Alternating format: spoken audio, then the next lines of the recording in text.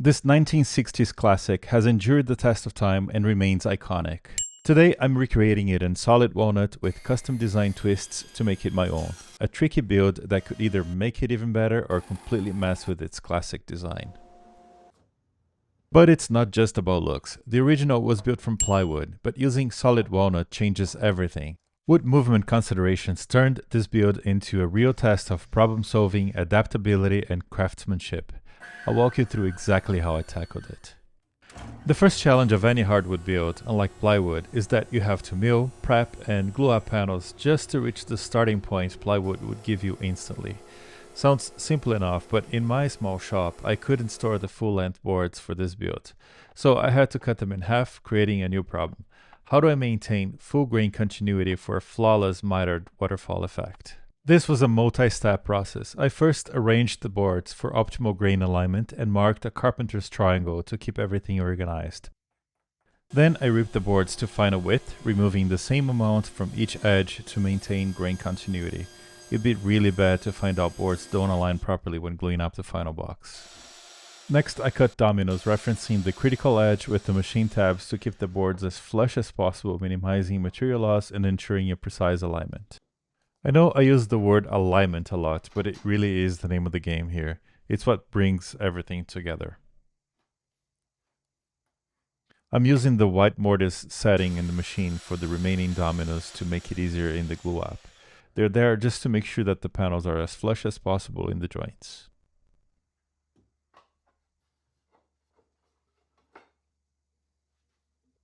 After all that prep, the glue up went pretty smoothly. Out of the clamps, I cleaned up the squeeze out with a glue scraper, then a card scraper, and finally used one of my favorite tools, the track saw with a TSO track square to crosscut the panels to final length. The table saw wouldn't really work here, since even minor board variations against the fence could throw off squareness, but referencing the edge of the panel with the track square ensures a perfectly square cut. I'm not sponsored by TSO, I bought this myself, but if you've seen my other videos, you know I really like their tools. I reached out to them and got an affiliate link, so if you're interested, using it helps support the channel at no extra cost to you. After ripping the panels to the right width, I marked the crosscuts to finalize the box panels. Call me crazy, but I mapped out each panel on paper first, simulating different configurations to ensure the grain flow looked just right, both when entering the room and sitting at the desk.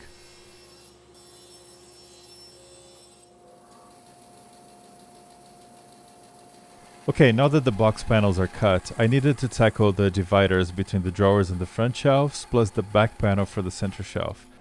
Since everything is solid walnut, I milled and resawed the boards to create them, which also gave me a really nice book match effect as a bonus.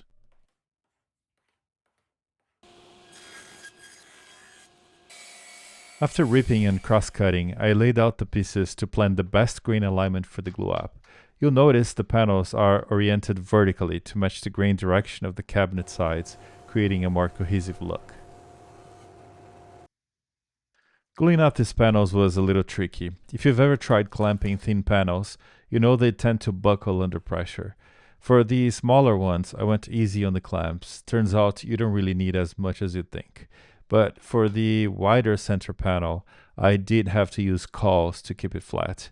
Without them, there is absolutely no way it would have stayed level with even minimal clamping pressure. Out of clamps, I ran the panels through my drum sander, bringing them as close as possible to a 1/4 inch thick, which is the exact size for the slots that would fit them in place. This way I wouldn't have to fine-tune the dado blade thickness to get a perfect fit.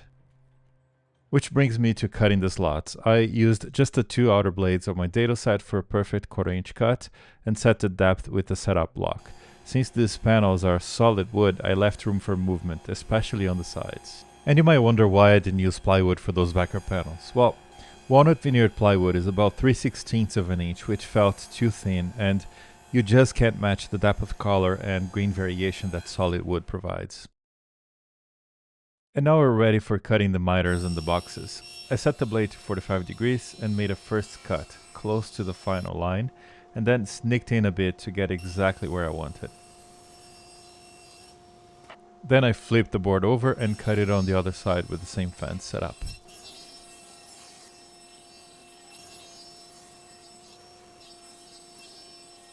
Next, I cut 45-degree dominoes on the miters. Ideally, you mark their positions before cutting the miters for accuracy, but if you forget, you can use the machine tabs to reference the outside edges, especially when using only 2 dominoes like here. It's also more precise.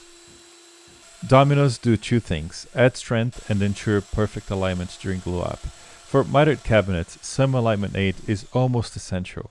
Getting perfect corners without one is a nightmare. I have also had success with splines, and biscuits work too, though they do not add much strength. And now, one of my favorite steps in any build, the dry fit. It's the first time everything comes together, giving a glimpse of the final piece. It's like playing with Legos, but you make the blocks yourself, which is pretty cool. More importantly, it's a chance to catch and fix any issues before the always stressful glue up. And of course, it was a moment to appreciate the perfectly aligned miters and the seamless waterfall effect I had envisioned. Alright, up to this point, I've stuck pretty much to the original design, but this is my first big change and a bit of a risk. I'm adding an internal 45-degree chamfer on the edges to create a bit of depth with shadow lines and draw attention to the drawer fronts. If it works, I think it should make the piece feel more refined, but if it doesn't, I've just messed up with a design that did not need fixing. To do that, I marked a line on the edge using a setup lock, made a few passes with my blade at 45 degrees until the depth was just right, then I just repeated the process on all remaining panels. By the way, I haven't mentioned this yet, but this piece is a commission for a client who also happens to be a longtime friend and a fellow design enthusiast. That made this build even more exciting, turning into more of a creative collaboration than just a typical project. And here you can see how everything comes back together with the mitered corners and internal chamfers. I really like this look. I think it is the right choice. What do you think? Alright, the boxes are built. Now it's time to prep for glue up. First up, disassembling everything and pre-sanding the inside surfaces.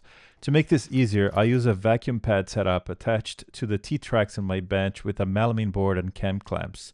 It holds the piece rock solid while keeping the top completely free for sanding, planing, or whatever else I need. With solid hardwood, wood movement is a concern, so I pre-finished the slots before assembly since they would be inaccessible later. I taped off the surrounding areas and miters, splayed shellac, and left a strip of tape in the center to keep it finish free so that I can apply glue there. I also had to fully finish the divider panels now for 2 reasons. 1, if I left it for later, the panels might contract, exposing unfinished edges near the cabinet sides, and 2, leaving the edges unfinished could worsen wood movement issues. So here I'm applying Rubio Monocoat Pure to the whole panel, including the edges, but leaving the center of those edges unfinished so that I can apply glue to that part later on. And now, glue up time. Not sure why I said that with such excitement. It's usually a bit stressful, but having a solid mental plan and everything within reach makes a huge difference. I'm using Type 1-3 for this one, mainly for its longer open time, which is a lifesaver in more complex glue ups. And as I mentioned a moment ago, I needed to apply some glue to the center of the slot where the divider panels go. You probably already figured it out, but the reason why glue just goes in the center like this is so that the panels are pinned in the center and can only move outwards in both directions from there.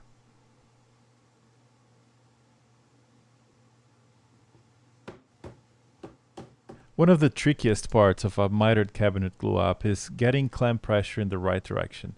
I've used parallel clamps and angled cawls with blue tape, CA glue, and accelerator in the past, and they work well, but for some smaller cabinets like this, bend clamps are the most efficient. They apply even pressure all around, ensuring the miters close up perfectly. This one is from Bessie, and I'll drop a link below if you're interested. As I worked through this build, I kept circling back to a thought. Am I just copying a classic design or actually adding something new? It's a fine line, but the more I got into the details, the more I realized this is less like copying a painting and more like covering a great song. The melody is still there, but the arrangement, tone, and personality are my own. And that is exactly why the client wanted it custom made. Finding an original in good condition is nearly impossible, and if you have to go custom anyway, why not make it better? The right size, the right wood, the right details, a true upgrade while still honoring the original. With the boxes glued up, it was time to make the drawers. Drawers are often an afterthought, but I saw them as another opportunity to elevate this build. Instead of plywood, I went with solid walnut for a more refined look. After milling and ripping the boards, I measured the cabinet's interior for the drawers, leaving a 3/8 of an inch gap for bloom undermount slides. My trick: add spacers, stack thin scraps until they touch both sides, then use a couple of spring clamps to hold them in place for a precise measurement to transfer to the crosscut sled. Alright, I have a confession. I haven't been completely honest. I said this build was all hardwood, but there's one exception: the drawer bottoms. And for good reason. Plywood offers the stability I need, preventing seasonal movement. I cut them to fit snugly in the slots, which I couldn't do if I was using hardwood, and that's so I can reinforce the box structure and keep everything square, unlike those flimsy, rattling bottoms you find in cheap furniture. You'll also notice I laminated 2 panels to form the bottom so that I could get around 3/8 of an inch, which I think is adequate for this application. I always use rabbet joints for drawers. They're stronger, hide the end grain for a cleaner look, and help keep everything square during glue up. Alright, so the next step is going to be to put in the bottoms into the drawers. To do that, I'm going to cut a few dados around the internal parts of the drawers so that the bottoms can fit into there. Now, this is a 3/8 of an inch bottom, more or less, and I want to make sure that I have a process that is not only precise, but it's also repetitive. I actually learned a little trick from woodpeckers. They have this rib flip jig that allows you to do that kind of thing more repetitively and easily. So I'll show you how to do this. First, I link 2 stop blocks together and add a spacer in between them, which represents the exact width of the cut, which is in this case 1/4 inch. Then I place my workpiece between the stop and the fence and adjust it until I get a snug fit. Once it's locked in, I remove the stock and push the stops together. This compensates for the blade width and gives me the exact spacing I need. Now, the great thing about this jig is that once set up, you can position it anywhere along the fence for repeatable dados. Here I set up a 1/2 inch gap from the bottom of the dado to the fence for undermount slide hardware. With the stop set, I position the fence against the first stop and make the first cut. Then I move it to the second stop and make the second cut. Then I test fit, and in this case it does fit, but a little too snugly, so I adjust the stop with the fine-tuning thingy and try it again.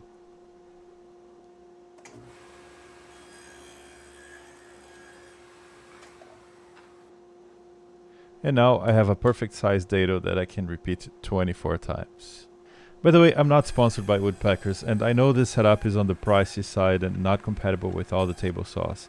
A simple alternative is to make one cut on all boards, adjust the fence, and then make the second pass. Or you can just use a curve maker jig, which is a more affordable option that works on the same principle. I just wanted to share a cool alternative. A little design note: we went with 6 drawers, 3 per side, with shallower top drawers and a deeper bottom one. This adds visual weight to the lower drawers while creating space to display special objects up top instead of losing them in a deep cluttered drawer.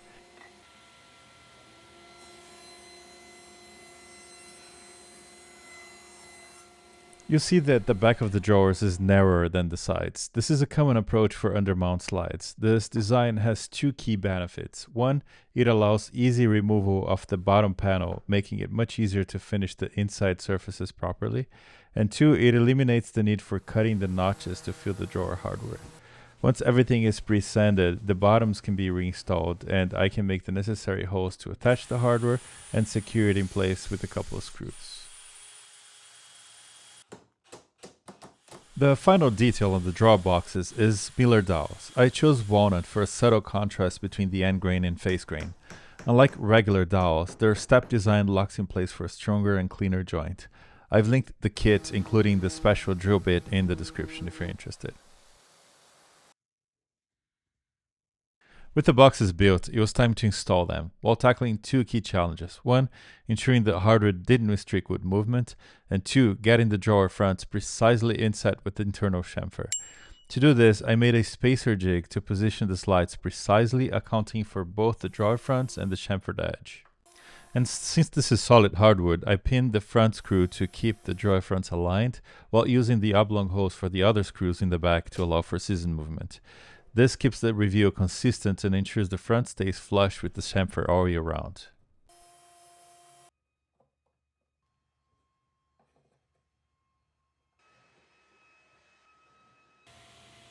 And speaking of drawer fronts, that's what we're doing next. I start by cutting boards to fit snugly within the opening, and then use a 3/16 spacer to mark the exact cut for a perfect reveal. This is also where you might notice slight imperfections in squareness, which can be adjusted with a tension or even a piece of paper. After cutting and fitting the fronts, I temporarily secure them with double-sided tape, using these handy shims, shout out to my friend Michael Alm for the tip, to maintain a consistent 3/32 reveal.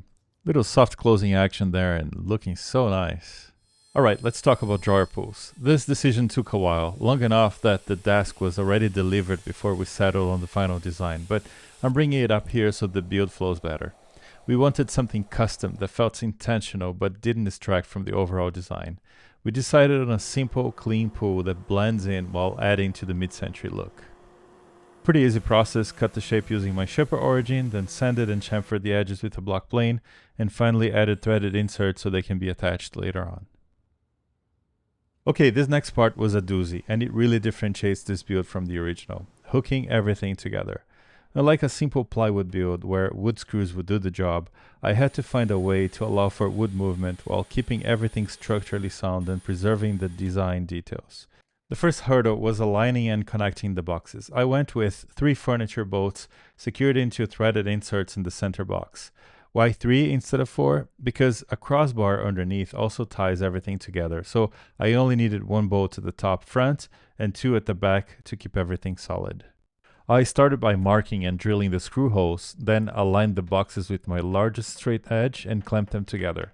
Using a breadpoint bit, I transferred the hole locations to the center box, ensuring precise placement for the wood inserts.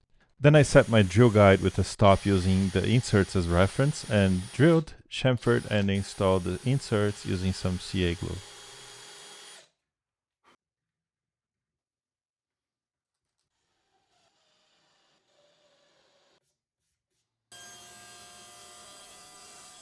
Next, I needed to make and install the crossbar beneath the boxes. After ripping it to size, I headed to the drill press to create the mounting holes. I started with a Forstner bit, drilling a 1/4 inch deep recess, then finished the holes with a 1/4 inch drill bit all the way through.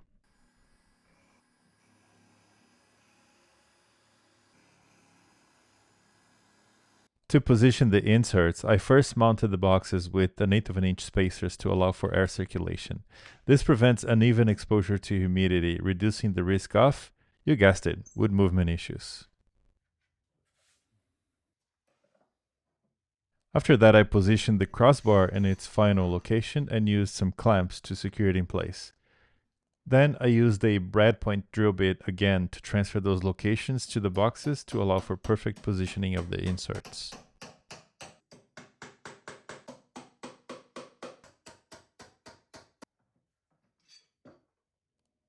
And now you're probably noticing a pattern, but I drilled, chamfered, and installed the wood inserts on the boxes. At this point, as you can see, the crossbar was intentionally oversized, so I could trim it to the exact length using referential measurement. After installing it under the boxes, I marked where it met the sides and cut it to final size. The crossbar connects to the front legs using dominoes, and I used 80mm long ones here for maximum strength, since this is a key weight transfer point between the boxes and the legs. And here I'm using another tool I think is essential if you want to domino and plunge vertically like in this example, which is the Bigfoot from TSO. Imagine trying to keep the machine steady and controlled while positioning and cutting mortises without it. So, no builds can be without errors, right? I ended up drilling dominoes on 3 legs and I only need it in 2. So I'm gonna have to do a little plug. I'm gonna have to make a domino out of walnut, potentially out of the same board, and try to cover this up. The good thing is it's gonna be on the inside, right underneath the cabinet, so it's really not gonna be seen much. But hopefully I can cover this up and make it work. But, oh well. Before moving to the legs, I wanted to finish all the cabinet joinery. You might be asking why I didn't add any slots to allow for movement after having talked about it so much. I'll explain. The back legs, as you see me marking and drilling, are fully fixed to the crossbar and cabinets, meaning no movement is allowed there. That shifts all expansion to the front legs, which I'll address later. For now, I'm securing the back legs with standard screws, no slots needed.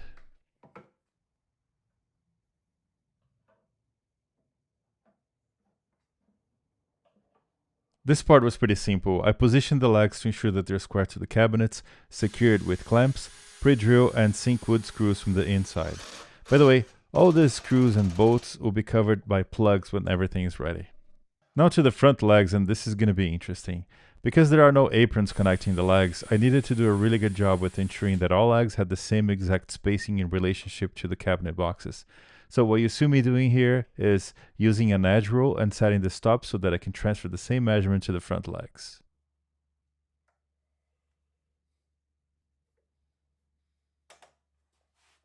Once I had the position dialed in, I used the pre-drill hole in the cabinet to transfer the location onto the legs for wood inserts. Now, why inserts, you ask?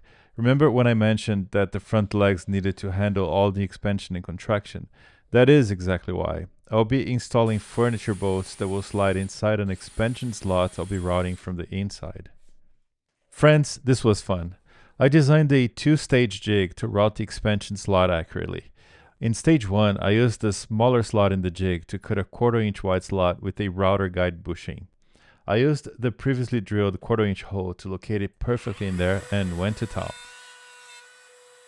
To avoid stressing the bit or damaging the piece, I made the cut in 3 shallow passes.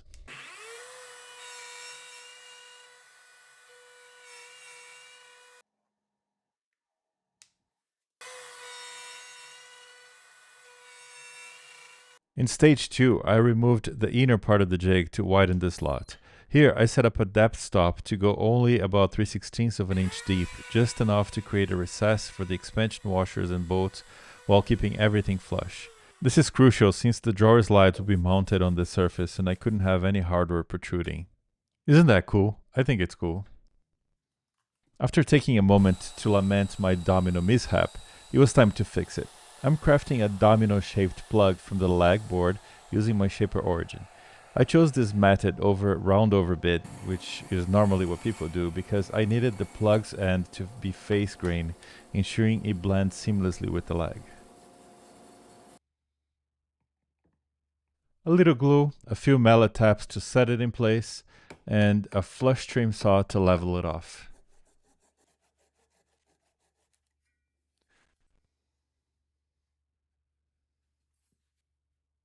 Then some sawdust and glue, a bit of sanding, and... well, if you really look for it, you'll find it, but this is as clean as it gets. Since it's tucked underneath the cabinet, it'll be nearly invisible.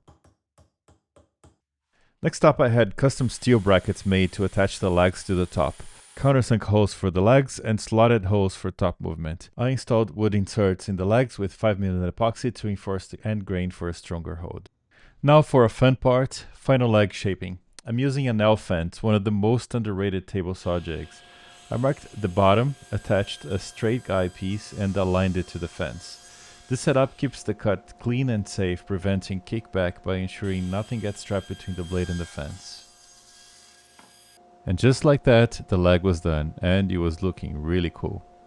Now for the top. I won't bore you with all of the milling and glue up since you've seen plenty of it in this build. Getting it to final size. We kept the original 30-inch depth, but added 10 inches to the length. And I haven't mentioned this, but of course the original cabinet size underneath was also adjusted to maintain the overall proportions. For the long cuts, I used my Makita 118-inch guide rail, which has been a game changer. I used to connect two 55-inch rails, but getting a perfectly straight cut across the full length was always a struggle. For sanding, I used the Rotax to flatten both the top and bottom, and then work through grits from 80 to 180 with the random orbital sander. Since I was using Rubio Monocoat, I stopped at 180 as they don't recommend sanding beyond that. The C-channel inlays are done, so here's a quick look at the bracket inlays. Off camera, I marked the lag positions, traced the perimeter, and used the bracket itself to set up a fence. Then I routed the inlay with a templating bit and squared the corners off with the chisel.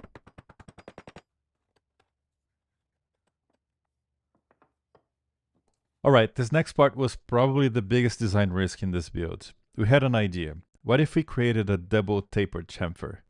Basically, a chamfer that fades from full depth to 0 to full depth again along the edge. Not only we thought it was cool, but it would improve comfort by creating a natural resting spot for 4 arms at the center, and also create an optical illusion, making the tabletop look slightly arched from the other side. I did a little thinking and found a way to make it work. I set my track saw rail at an angle using 2 key points. At the table's center, the chamfering bit just kissed the surface, creating no chamfer. As I moved the router along the rail, the chamfer deepened, reaching full depth at the edge. Repeating from the other side created a double outward tapered chamfer. I really like this detail, and I think it definitely makes this unique. What do you think? Alright, now it was time for finishing. After touching up the interiors of all cabinet boxes, I fine-tuned the miter joints by running a bit of glue along the edges and burnishing them to close any gaps. A final sanding blended everything seamlessly, leaving it pretty much perfect. Next, I refined all the edges with my block plane, ensuring smooth transitions between panels. For all chamfers, I used sandpaper glued to a wood block to maintain its crispness, avoiding any unwanted rounding. And then it was time for the best part, revealing all that gorgeous walnut grain with the finish. We used Rubio Monocoat Oil Plus 2C Pure, which is, in my opinion, the perfect finish for walnut.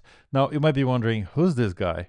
This is Paulo, a good friend of mine who helped me with the final stages of the build. But here's the cool part. He's also the client. Like me, he's a design enthusiast and has some woodworking experience, so he wanted to be hands-on with the project. This desk is his dream piece, something he plans to treasure for years, so being part of the build made it even more special for him. As we put the whole thing together and get it ready to deliver, I started to think about the journey to this point, and I struggled with whether to say this next part because honestly, I don't like to sound pretentious, but I'll just say it. I truly believe this PC is in many ways better than the original. From the wood selection to the refined details, the proportions, the construction, every decision was made with the benefit of time, experience, and modern techniques. But does that mean I deserve more credit than Kai Christensen? Absolutely not. That would be like saying that a great cover of a Beatles song is more important than the original. His vision is what we're still talking about 65 years later. What we've done isn't reinvention, it's appreciation. It's carrying a legacy forward with our own hands, with our own voice.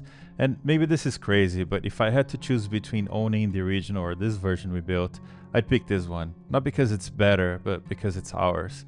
And that to me is what this craft is all about. I'd love to read what you think in the comments below. Thanks for watching, and I'll see you in the next one.